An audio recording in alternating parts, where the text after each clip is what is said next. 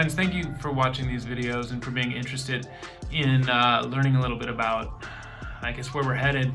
It's late June 2020, and obviously we live in a very different world than we lived in before. And that's going to affect our worship team. That's going to affect music in general. Nobody really knows what the future of the music industry is. What we do know is that it's going to look different. It's going to look different for corporate worship. In essence, what you guys have been asked to do is to go from being very familiar with a live corporate worship context to becoming a recording artist, a session musician, and a producer, all of a sudden, without really being provided the skills or the techniques to do so, and to do so easily and cheaply, basically. Like, let's be honest, we don't have a ton of money to spend. We don't have a ton of time to investigate, and it's very difficult. You might go online and look for tutorials, and nobody's really helping you with the basic nuts and bolts of how to record. So my goal with these videos, really, I was just awake all night the other night, just kind of thinking and praying and realizing, like, I need to do these videos to help us all move forward as a church and a worship team into whatever this new church universe looks like. And I think it's going to involve a lot of growth in this area. So my purpose behind these videos is to really help you guys and help all of us understand and figure out and get excited. It's really scary to press record on something because you don't know what you're doing, and it's very vulnerable. So I hope that these help. My plan is to keep them pretty short and not get too technical. Music can get very technical very fast. And if you want for me to do a separate kind of slew of videos on really the technical aspect of sound manipulation and development and studio recording, I'm happy to. But for now, let's really keep these videos focused. Each video I want to kind of focus on a specific thing or instrument. So like, this is kind of an intro. My goal is to have you come away with understanding of what a producer is in a studio. Next episode, I think what I'm going to do is helping you guys figure out what recording software or hardware to use, how to shape your room in your house, in a corner of your house, in a closet, in a bedroom, to optimize your sound once the kids get out of there from doing their dumb homeschooling. And then, each week, maybe the first week, we look at guitars. I want to do an episode on microphones, how to know what kind of microphone is what. But for today, and this ties in, I want to kind of work in reverse, more or less, in helping you guys understand what a producer is in a studio recording. Obviously, we've all heard of the producer, and I'm assuming that we're all coming at this from very little experience. So, in a studio recording, there are basically more or less three personalities going on. You've got the artist who has the song and the musicians or the band. You've got an audio engineer, which is someone who knows how to twist knobs and push buttons and make sound cool, set up microphones and stuff like that. And you have the producer, who's kind of sitting back there thinking he's really important, calling the shots. Do this, don't do this, make this sound like this, blah, blah, blah, blah, blah. And a producer, actually, in truth, is very important in the process. Now, especially as worship teams recording remotely, we're being asked to be all of those things. So what I wanted to do, like I said, is start with the concept of a producer, the way a producer thinks. The producer, all right, so now this gets into sort of today's more or less lesson. The producer thinks about the song as a whole and the end result.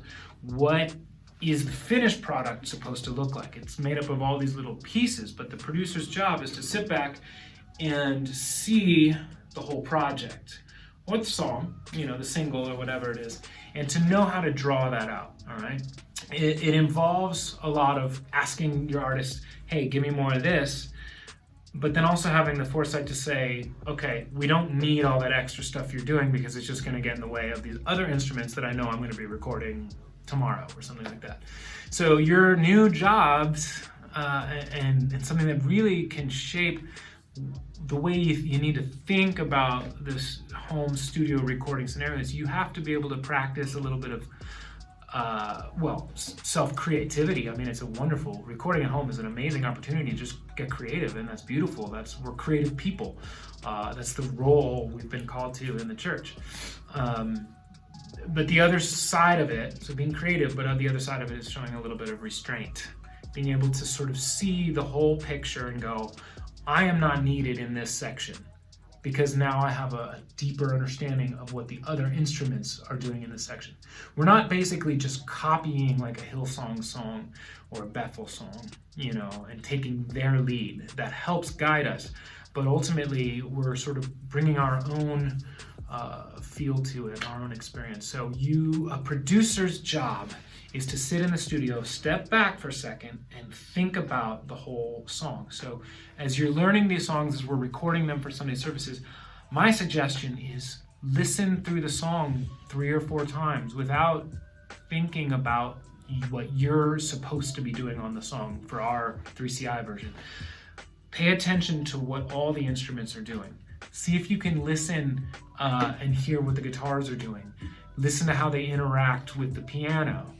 Listen to how the vocalist comes in and out. Listen, even write down, how does the song build? How does the song come to a very quiet, soft point? How does it build again in terms of dynamics, in terms of moving the congregation in certain places?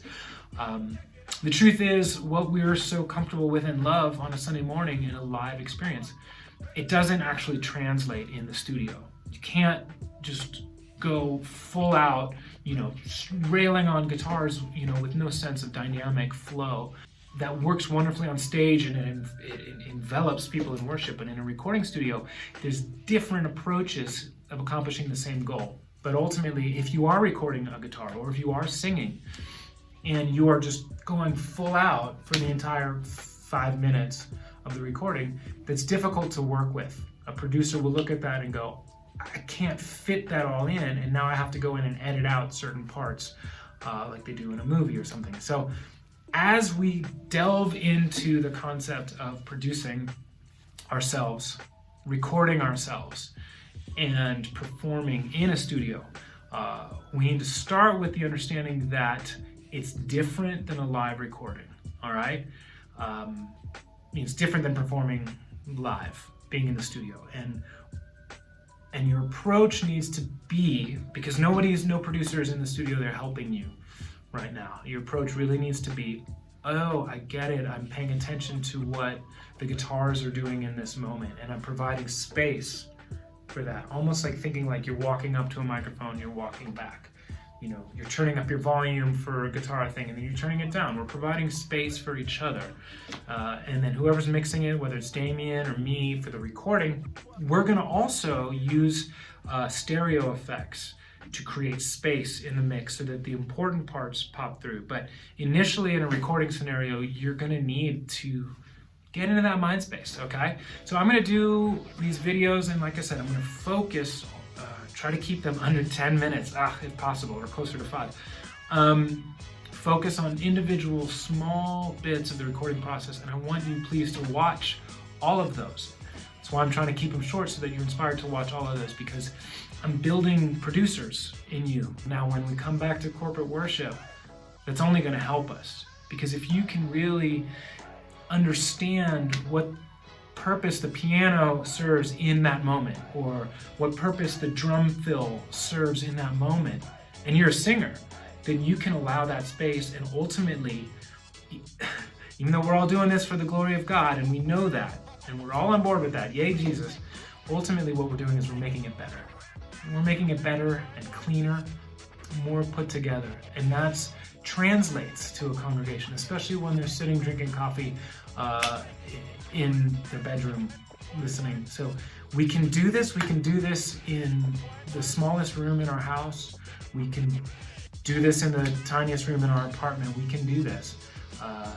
And as we go along, I hope that this broadens you as an artist and a musician, and as a producer yourself, all right? So we're gonna think about the big picture of a finished product. We're gonna figure out how we fit in and move that direction. Just under 10 minutes.